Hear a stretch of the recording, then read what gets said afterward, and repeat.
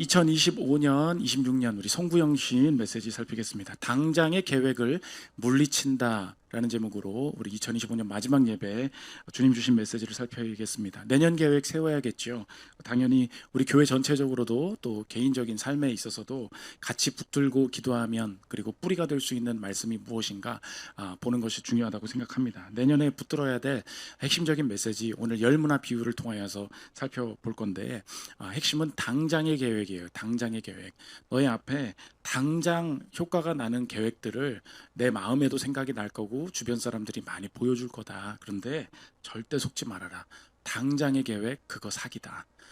내년에 열심히 계획 세우는 거 좋은데 당장 뭔가 1년 내로 뭔가 3개월 내로 뭔가 될 것 같은 그 계획, 그거 사기다. 절대 속지 말아라. 하나님 앞에서 어떤 방식으로 내년을 계획하고 계획 속에 하나님이 어떤 단계로 이끄시는지 살피는 시간 갖도록 하겠습니다. 첫째로 살필 것은 당장의 계획입니다. 누가복음에 나오는 열문화 비유인데, 지금 이 비유를 말씀하게 되신 계기를 먼저 말씀해 주고 계십니다. 이 비유를 예수님이 시작하시는 이유가 무엇이냐 누가가 설명합니다. 11절 보십시오.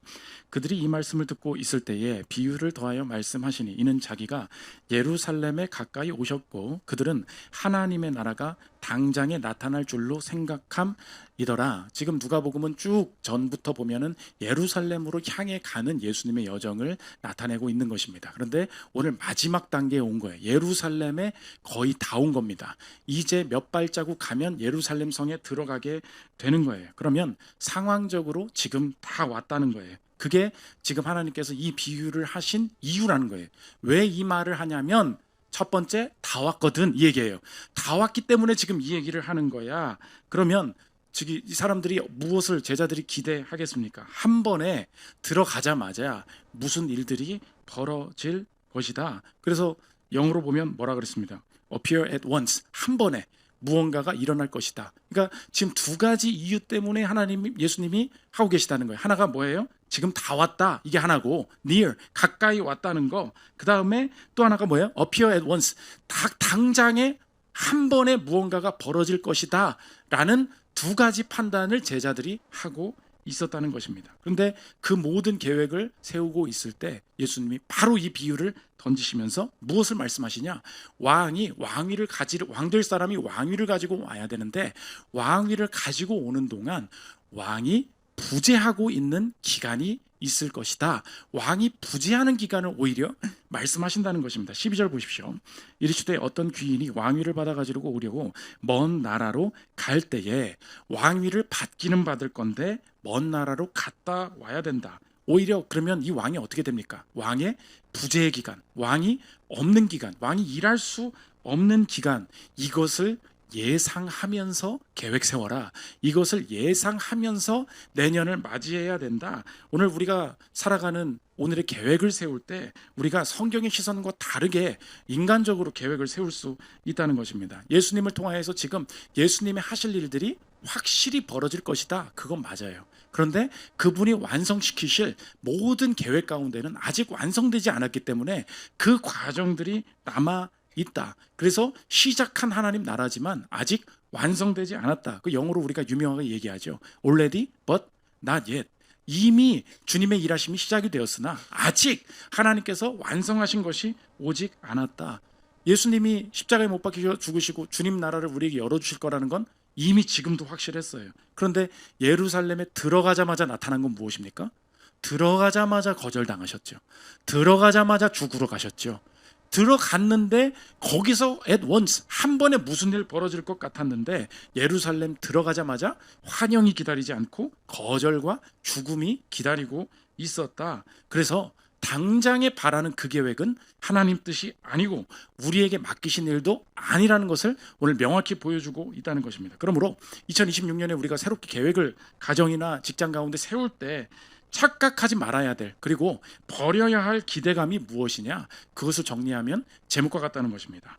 당장의 계획을 물리쳐야 한다는 거예요.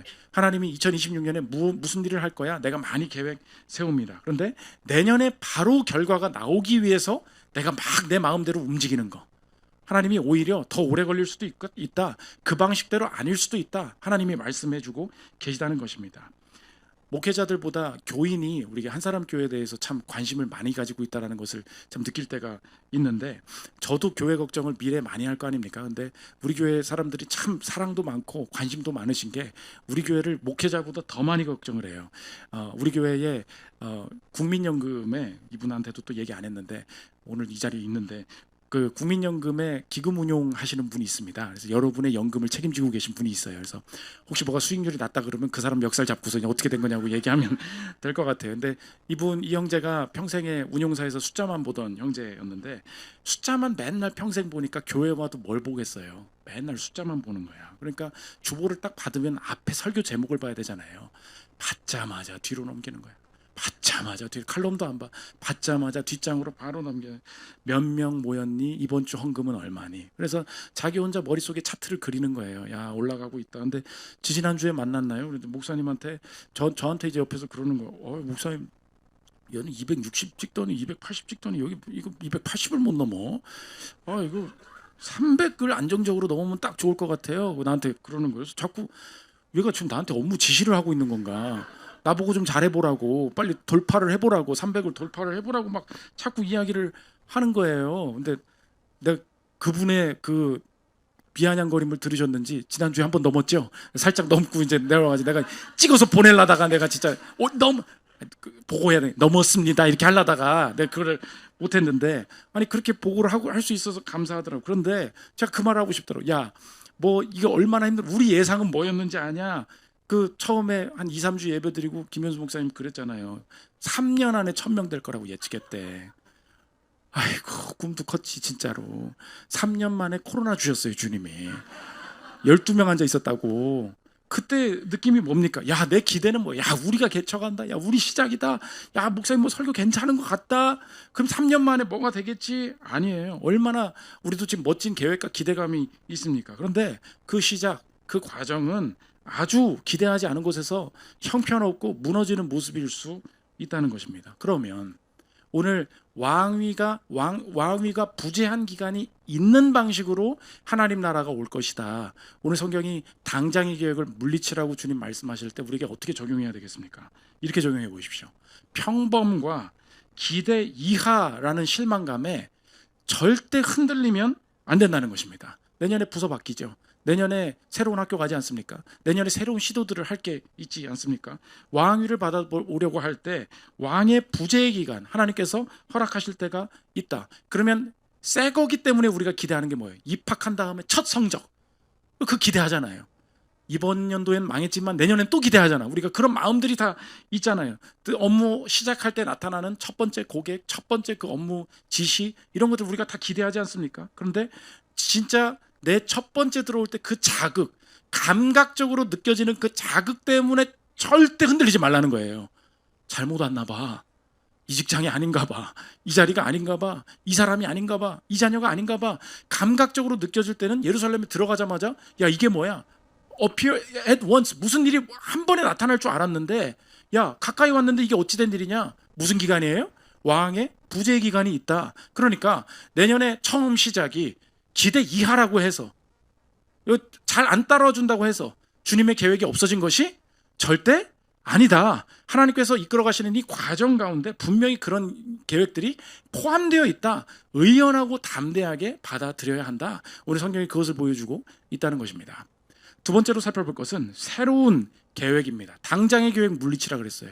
그럼 주님 주시는 진짜 하나님 나라의 계획, 새로운 계획은 뭐냐? 그 계획의 특징을 오늘 세 가지로 보여주고 있습니다. 첫째로 하나님이 주시는 새로운 계획의 특징이 뭐냐? 하나님이 주시는 계획은 언제나 신실한 계획이라는 것입니다. 이 신실한 계획의 특징이 뭐냐? 시간을 벗어난 계획이다. 이게 하나님 주시는 계획의 특징이라는 거예요. 저희가 왕위를 받아오려고 가셨을 때 우리 뭐 하고 있을까요? 주님이 장사하라 이야기합니다. 13절 보십시오.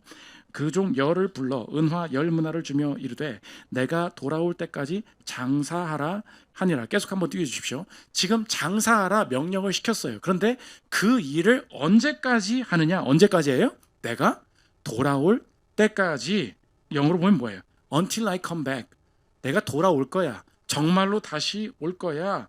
이게 무슨 말입니까? 자꾸 시간 중심으로 계획하는 것은 하나님 나라의 계획이 아니라는 것입니다.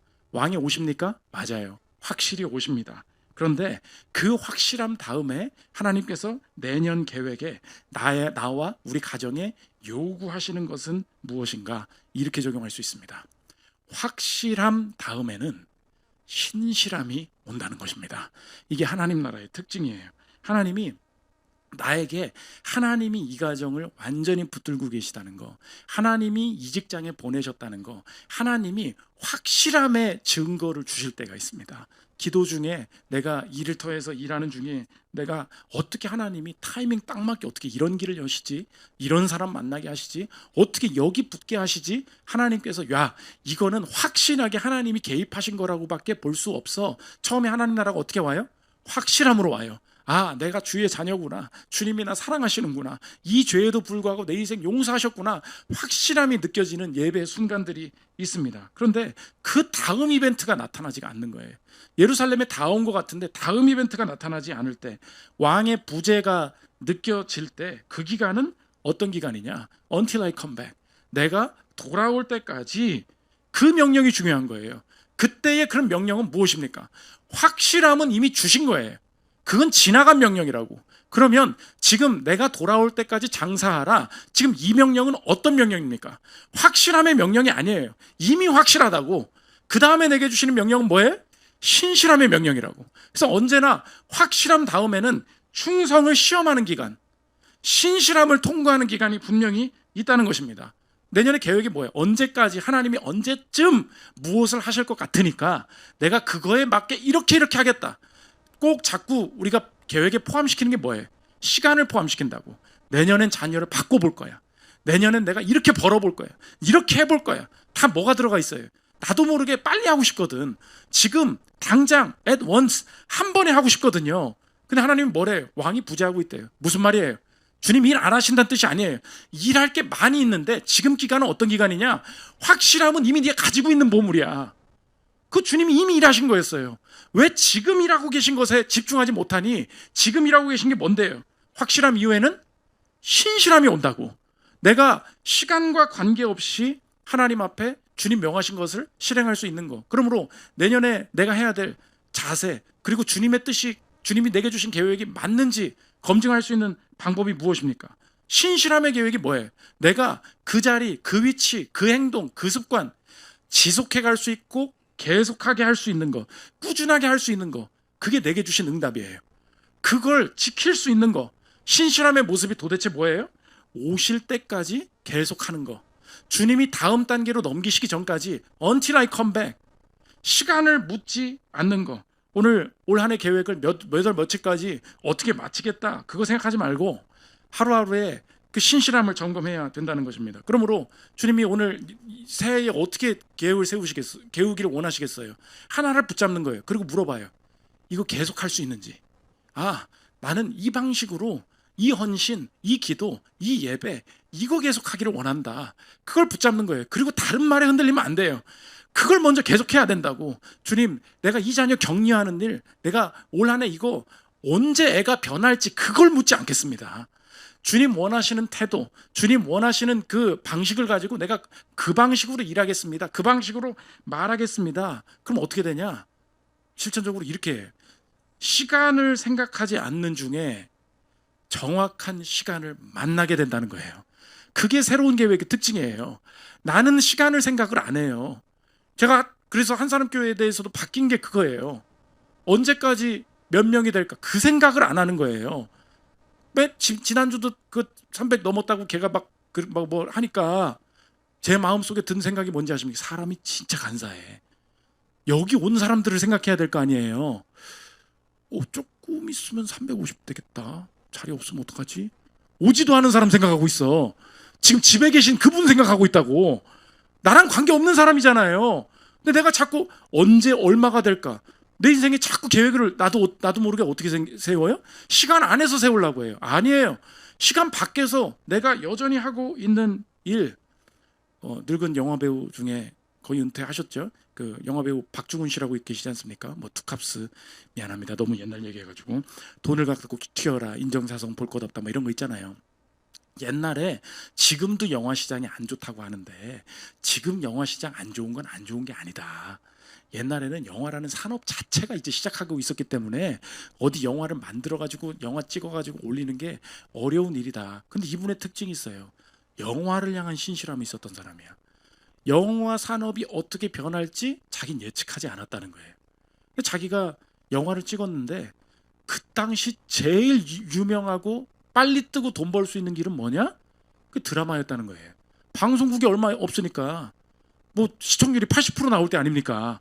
그러면 돈 많이 벌고 잘할 수 있었다는 거예요. 근데 이상하게 나는 스크린에서만 보여주고 싶다. 그 다짐 가지고 그냥 그 시장에 머물러 있었다. 나는 시간과 상관없는 사람이다. 멋진 얘기입니다. 들어보십시오.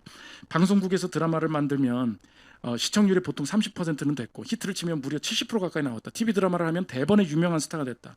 그런가 하면 한국 영화는 거의 다 외면받았다. 그런데도 내가 데뷔 이후 영화에 대해 애정을 갖고 영화인으로 쭉 지내기로 결심한 건 스크린이 주는 매력 때문이었다. 한국 영화가 인정을 못 받았던 거지 영화 자체는 내게 선망이었다. 성공하긴 어려웠지만 그래도 그 상황에서 최선을 다해 만들면 언젠간 좋은 결과가 나올 거라고 믿었다. 사실 난 배우가 되고 싶었던 거지 딱히 영화에서만 연기하는 배우가 되고 싶다는 생각을 처음부터 가진 건 아니었다. 그런데 첫 연기를 영화에서 하게 됐고 겨우 한 편을 했을 뿐인데 영화의 매력에 푹 빠져버렸다. 힘들더라도 영화에서만 연기를 하는 배우가 되겠다고 결심했다.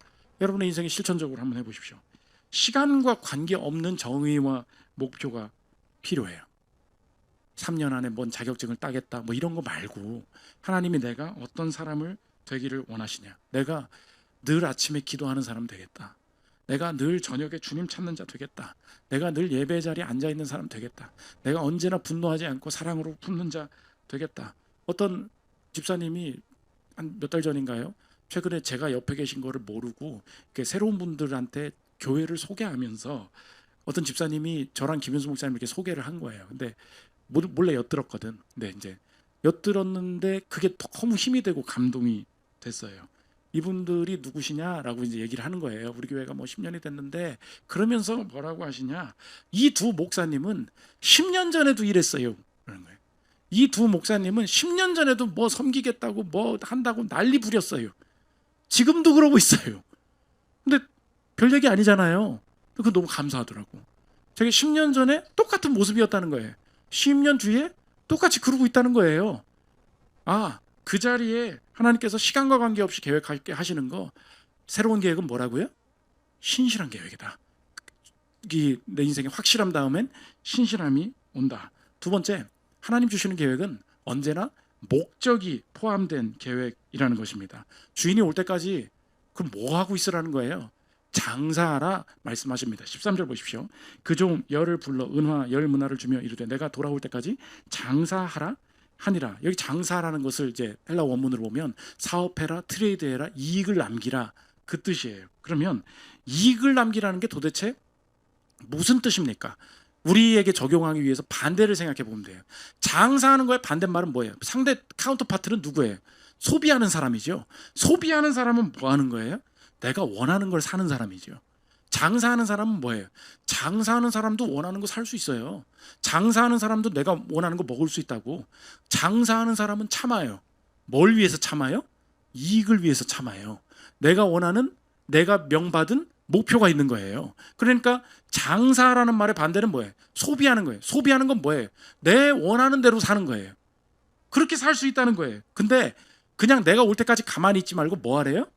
장사하래요. 장사라는 거는 무엇이에요? 내 원하는 대로 사는 게 아니라 이익 얻기 위해서 사는 거예요. 이익을 얻는다는 것이 무슨 뜻이에요? 주님이 내게 주신 그 뜻을 행하는 거. 내 마음대로 살 수도 있다는 거예요. 그게 소비하는 삶이에요. 장사하는 삶은 뭐예요? 그렇게 살 수도 있지만 주님이 나한테 오실 때까지 장사하라고 하셨어. 장사가 뭐예요? 그분의 뜻을 위해서 나를 결제하는 거.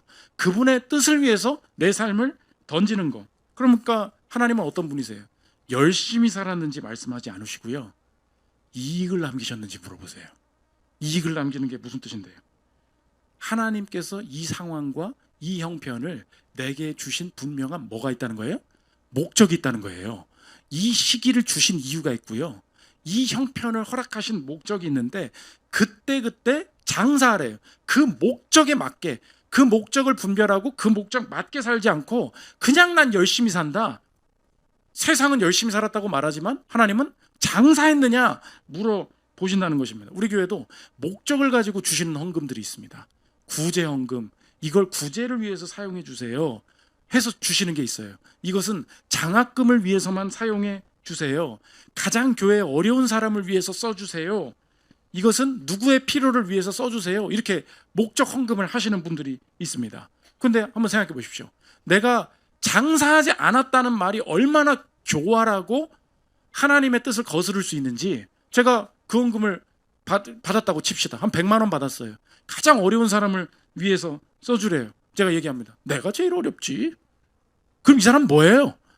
목적 가운데 쓰지 않은 거지요. 그러니까 이 사람은 자기 마음대로 열심히 살기는 했어요.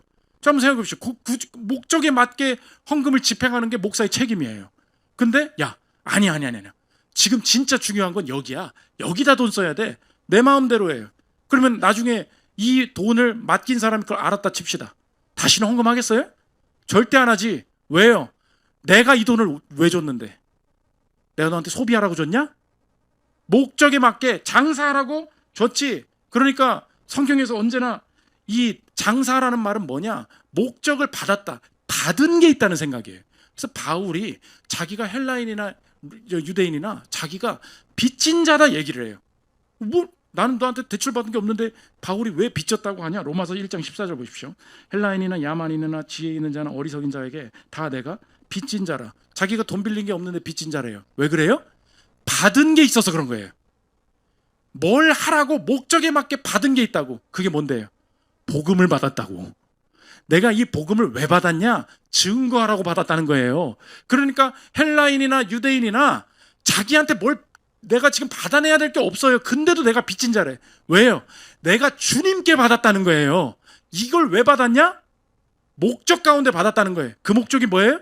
복음을 전하라고 받은 거라고. 받은 게 있기 때문에 저는 빚진 자입니다. 그 마음이에요. 그럼 여러분의 인생에도 장사하라 그러셨어요. 어떤 마인드예요? 목적이 있는 계획이에요. 그 목적이 뭔데요? 받은 게 있다는 인식입니다. 그럼 이렇게 적용해 보십시오. 오늘 내게 허락하신 어떤 상황이든, 그게 가난이든 부하든 백수든 바쁘든 내게 오늘 허락하신 상황은 목적이 함께 포함되어 있게 허락하신 상황이에요. 그러면 내일 목적을 생각하면 안 되고요. 오늘 목적부터 채워야 돼요. 예를 들면 백수예요. 백수가 인간적으로 생각하면 내 내일 목적이 뭡니까? 취업이죠. 그러니까 취업이라는 목적을 이루기 위해서는 오늘 내 백수의 삶에서는 내가 받은 게 있어요, 없어요? 받은 게 없어 보이는 거야. 나는 일을 해야 되는데 나에게 왜 포지션을 안 주십니까? 나는 결혼을 해야 되는데 나에게 왜 사람을 주지 않으십니까? 내일 목적을 이루려고 하면 오늘의 상황에 받은 게 있어요, 없어요? 없어요. 그런데 하나님께서 오늘 뭐라 그러세요? 장사하라. 오늘의 목적이 있다. 오늘 받은 게 있다. 그럼 뭐예요? 하나님께서 시간 많게 하신 지금의 이유도 있다는 거예요. 하나님께서 바쁘게 하신 이유도 있다는 거예요. 병들게 하신 이유도 있고요. 건강하게 하신 이유도 있어요. 그러면 어떤 목적부터 풀어야 돼요? 오늘 목적부터 풀어야 된다고. 내일 내가 이상적으로 가지고 있는 그 목표, 오늘의 환경 속에서는 이게 채워지지가 않죠. 근데 하나님께서 오늘 받은 게 있다, 장사하라 말씀하신다면은 이번 목적을 먼저 물어봐야 한다는 것입니다. 주님이 이렇게 말씀하실 수 있죠. 내가 너 그 일 할 거 아니었으면 내가 너 부자 되게 안 했어. 내가 너 그 일 시킬 거 아니었으면 내가 너 그렇게 한가하게 안 만들었어. 하나님이 지금 허락하신 상황, 내가 생각한 목적에 따르면은 이상한 상황이지만 한번 다시 생각해 보십시오. 오늘 이 상황을 왜 허락하셨을지 나는 마음에 들지 않죠. 그거 내일 목적이에요. 오늘 목적으로 생각하잖아요. 야, 기도하라고 하시나 보다. 야, 잠잠히 기다림 배우라고 하시나 보다. 다른 이룰 것이 있기 때문에. 그러므로 적용이 무엇입니까? 주님은 절대 없는 것을 요구하지 않으신다는 확신이 있어야 돼요. 그게 한문화 받은 사람의 죄악이었어. 받은 게 있다는 게 목적이 있는 계획이잖아요. 언제나 받은 게 있다고. 근데 받은 것도 없는데 뭔 일을 하라고 시켜요? 이 얘기하는 거예요. 왜 자꾸 충청도 20절 또 한 사람이 와서 이르되 집중. 자, 또 한 사람이 와서 이르되 주인이여 보소서 당신의 한 문화가 여기 있나이다. 내가 수건으로 싸 두었었나이다. 이는 당신이 엄한 사람인 것을 내가 무서워함이라. 당신은 여기 두지 않은 것을 취하고 심지 않은 것을 거두나이다. 주인이 이르되 악한 종아 내가 내 말로 너를 심판하노니 너는 내가 두지 않은 것을 취하고 심지 않은 것을 거두는 엄한 사람인 줄로 알았느냐. 그러면 어찌하여 내 돈을 은행에 맡기지 아니하느냐. 그리하였으면 내가 와서 그 이자와 함께 그 돈을 찾았으리라 하고 내가 널 정죄한 네 말로 정죄한다. 내가 언제 두지 않은 것을 취하고 심지 않은 것 거두는 주인으로 보고 있느냐. 하나님 관 자체가 잘못되었다. 오늘도 새해 계획에 없는 것 찾으러 내일 목적을 이루러 돌아다니지 마십시오. 오늘 주님이 병들게 두실 수 있어요. 교회에 사람 없게 두실 수 있다고. 그 일 잘 안 되게 두실 수 있다고요. 그러면 그 적에 부족합니다. 아니에요. 오늘 뭘 채우길 원하시지? 이 가정에서 뭘 채우길 원하시지? 세 번째, 주님이 주시는 새로운 계획은 다름이 없는 계획이라는 것입니다. 세 가지 특징이 뭐였어요? 첫째로 신실함의 계획이라고 그랬죠. 두 번째, 목적이 포함된 계획이라고 그랬죠. 세 번째, 하나님 주시는 새로운 계획의 특징이 뭐냐? 오늘 이게 핵심인데 다름이 없는 계획이다. 열문화 비유의 특징이 뭐냐? 이 비유 딱 보면 뭐 떠올라요? 달란트 비유 떠오르죠. 달란트 비유랑 똑같은 거 아니야? 5달란트, 2달란트, 1달란트? 능력에 따라 이것저것 줬다. 가만히 읽어보면 가장 다른 게 딱 하나 있어요. 그게 뭐예요? 달란트 비유는 5달란트, 2달란트, 1달란트예요. 열문화 비유는 뭐예요? 한 문화, 한 문화, 한 문화, 한 문화. 받은 게 달라요? 같아요? 같아요. 16절 보십시오. 그 첫째가 나와 이르되 주인이여 당신의 한 문화로 10문화를 남겼나이다. 주인이 이르되 잘하였다 착한 종이여 내가 지극히 작은 것에 충성하였으니 10골 권세를 차지하라 하고 그 둘째가 와서 이르되 주인이여 뭐래요? 당신의 한 문화로 5문화를 만들었나이다. 얼마 받았어요? 한 문화.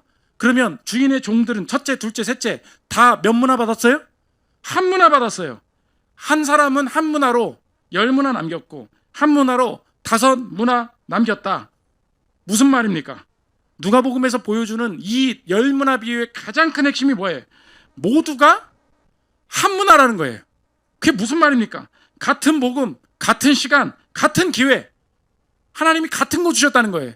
핑계대지 말라는 것입니다. 무슨 뜻입니까? 내가 볼 땐 다 똑같아. 이 뜻이에요. 내가 반박해 볼게요. 하나님 무슨 소리입니까? 쟤는 체력이 많고요. 저는 체력이 적어요. 쟤는 부유한 중에 태어났고요. 저는 가난 중에 태어났어요. 저 사람은 사람 잘 만나서 성공했고요. 저는 몇 번 실패해서 망했어요. 어떻게 이런 소리를 하십니까? 차라리 5달란트, 2달란트, 1달란트가 정직하죠. 한 문화가 뭐예요? 쟤는 건강하고요. 나는 병들어서 맨 이 고생을 했는데요. 근데 하나님이 오늘 누가복음에 대답은 뭐예요? 아니, 한 문화야. 너도 한 문화야. 쟤도 한 문화고. 무슨 뜻입니까? 내가 볼 땐 다 똑같아 이 얘기죠. 아니 안 똑같잖아요. 내가 이걸 일주일 내내 고민했어. 도대체 이 말씀이 뭡니까? 무슨 뜻이에요? 이렇게 적용해 보십시오. 영어인데 커스터마이징의 주권을 내려놓으란 뜻이에요. 커스터마이징이 뭐예요? 맞춤형이죠. 우리가 내가 병들었다, 내가 가난하다, 우리 가정엔 기회가 없다, 내 인생은 다른 사람보다 실력이 열악하다, 이 마음 가지고 있잖아요. 그래서 다른 사람보다 쟤는 5달란트인데 나는 1달란트밖에 없어가지고 이렇게밖에 못하는 게 맞다 라고 하고 있는데 하나님 뭐라고 하시냐? 너도 한 문화고 얘도 한 문화야. 핑계대지 말고 이래 얘기한다는 거예요. 왜 그렇게 말하실까요? 그 사람이 한 것, 그 사람의 상황, 그걸 모두 감안해서 그 사람에게 어떤 방식으로 보상할지는 내가 알아서 하는 거야. 그걸 왜 네가 판단해? 그 사람이 병들고 어려웠고 핍박받았었기 때문에 내가 그 사람한테 무한히 많은 보상을 줄 건데 네가 오늘의 상황을 두고서 나는 한 문화밖에 받은 게 없다고 남들과 비교하면서 말할 소리는 네가 할 소리가 아니야. 커스터마이징, 맞춤형으로 보상하는 주권은 나한테 있는 거야. 그 소리예요. 그래서 누가복음의 본문의 특징은 뭐냐? 다 한 문화라는 거야. 그러면 알 수 있죠. 조건의 독특함을 핑계댈 수 없는 공통적인 충성의 과제를 주신다는 거예요. 그러면 보상은 누가 알아서 하세요? 하나님이 알아서 하세요. 그래서 순간적으로 저 여러분 인생을 살다 보면 분명히 달란트의 차이가 있어 보인다고 느껴질 때가 있습니다. 그런데 목사가 모든 성도들의 삶을 더 많이 알잖아요. 여러분 지나보잖아요. 순간적으로 이상합니다. 저 사람 부모 내가 알아요. 선교사님이 돈도 없어가지고 엄청 고생하고 있다는 거, 저 자녀한테 아무것도 해준 게 없다는 거, 그거 알아요. 근데 이상한 고비 때 이상하게 대학 가요. 이상하게 이 사람 길이 열려버려요. 남들은 죽을 고생해서 열어가는 그곳에서 어느 순간에 살게 되고요, 어느 순간에 지켜지고요, 어느 순간에 길이 활짝 열려요. 무조건 조건적으로 보상을 주신다는 말이 아니에요. 그런데 커스터마이징의 주권을 내려놓으라고. 내가 지금 일하기 싫어하는 이유가 뭐예요? 목사님 보세요, 저 5달란트 일했으니까 저렇게 잘하는 거지. 하나님 응답은 뭐예요? 다 한문화야. 네가 보상을 예측하지 마. 이 질병을 주님이 어떻게 위로하실지, 주님이 이 고난의 여정을 어떤 방식으로 보상하실지, 그걸 왜 네가 판단해, 자식아. 그건 네가 할 일이 아니야. 너는 한 문화를 받고 그 문화에 맞게 충성하면 돼. 10문화 받고 5문화 받고 네가 뛰는 만큼, 네가 주님 의지한 만큼, 네가 하나님 의지한 만큼, 주님 앞에 뿌린 만큼 실망하지 않고 얻게 될 거야. 그래서 이상해요. 어느 순간에 개척교회 와가지고 막 그런 분들 있어요. 막 와가지고 뭐 여기는 또래가 없고 우리 애들은 또래가 있어야 놀고, 막 자기가 지금 이 애들에게 보상해주고 싶어서 난리 부리는 부모들이 있어요. 이상합니다. 어떤 교회들이나 한번 찾아가 봐요. 야, 애들이 그냥 청소년부가 이거밖에 없네, 청년부가 이거밖에 없네. 거기서 신앙 지키면서 내게 주신 사역지라고 생각해서 버티는 기간들이 있는 그런 청년들이 있어요. 지나보십시오. 야, 너는 친구가 없어서 좀 안 되겠다. 야, 너 여기서 맨날 신디나 치고 있냐? 야, 너 맨날 여기서 교사가 지금 몇 년째냐? 18년째 교사가 안 바뀐다대? 무슨 상관이야? 보상은 내가 하는데. 문화는 다 똑같아요. 하나님이 여러분의 인생에, 여러분 사장이라고 한번 생각해 보십시오. 자꾸 와서 물어요. 저 친구보다 제가 이걸 좀 못하는데 사장님 그래도 저 인정하실 건가요? 여러분 뭐라 그럴 거예요? 닥치고 일이나 해. 닥치고 일이나 하라고. 내가 그걸 모를 것 여러분 윗사람 대보면 알죠? 그거 모를 것 같아요? 네가 그 부족함이 있구나. 네가 참 능력이 약하구나. 너의 인생 가정에 부족함이 있구나. 주님이 그거 모르실 것 같아요? 주님이 여러분의 그 마음을 모르실 것 같냐고. 그런데 정신 차리고 무서워함과 동시에 확신과 소망을 가져야 될 메시지임을 하나님 보여주시는 거예요. 이게 얼마나 무서운 얘기인지. 네가 보상하는 거 아니야. 너 충성하지 말라면 떠나. 하나님 앞에 자기애가 받은 그 길, 눈물로 하나님께서 충성하면 주님이 주권적으로 보상해 주실 거야. 그게 하나님께서 다르지 않은 계획으로 우리에게 이끌어 가시는 계획이라는 것입니다. 마지막 세 번째, 선하신 계획입니다. 그분의 뜻대로 내 인생 던질 때 무조건 얻는다. 어떻게 믿어요? 아무리 장사해도 얻지 못하는 마지막 인생, 영생 아닙니까? 주님이 자신을 던지셨어요. 마가복음 14장 23절 보십시오. 또 잔을 가지사 감사기도 하시고 그들에게 주시니 다 이를 마시매 이르시되 이것은 많은 사람을 위하여 흘리는 나의 피 곧 언약의 피니라. 다 아무것도 다 던져도 얻지 못하는 인생이 죽음인데 자신의 인생을 던져서 우리의 인생이 영생을 얻게 만드신 분, 그 예수 안에서 오늘의 형편이 어떤 상황에 있든지 확실한 보상과 위로가 예정돼 있는 줄 믿으십니까? 그러면 주님, 내가 회개부터 하기를 원합니다. 5달란트, 2달란트, 1달란트 비교해서 나는 정말로 못 받은 게 맞아. 저 사람은 저러니까 잘 쓰임 받는 거지. 내가 한문화를 그대로 감춰두고 있는 인생이었습니다. 하나님, 내가 너무 노년이 되었고 체력이 없어도 괜찮습니다. 하나님, 내가 너무 예수 늦게 믿었어도 괜찮고 그거 주님이 다 아십니다. 부모가 예수 안 믿어서 내가 이렇게 사는 건지 너무 늦게 알았고, 부모가 심지어 안 계시고 부모가 이혼을 했고 사업을 말아먹었고, 그래서 내 인생에 젊은 날에 소망이 없는 거, 그거 괜찮다는 거예요.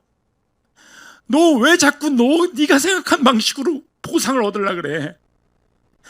다 한문화라니까.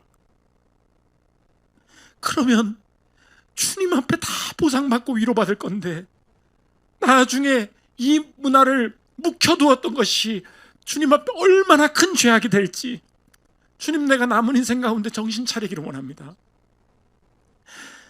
다 한문화야. 그 말씀 가지고 나보다 잘 나가는 사람, 그렇게 믿음 좋아 보이는 사람 비교하고 원망하고 시기하면서 보냈던 부끄러운 지난날, 오늘 청산하게 하시고 평생에 이 한문화 붙들고 열심히 충성할 때, 잘했다 착하고 충성된 종아, 작은 것에 충성하였으니 많은 것으로 맡기겠다 하시는, 상상할 수 없는 현세와 내세에서 주님이 신적으로 보상하시는 그 은혜, 내가 누리게 하여 주옵소서. 우리 다 한문화 받은 사람들인 줄 알고 평생에 주님께만 충성하는 저 여러분 되시기를 기도합니다. 우리 찬양하고 기도하시도록 하겠습니다.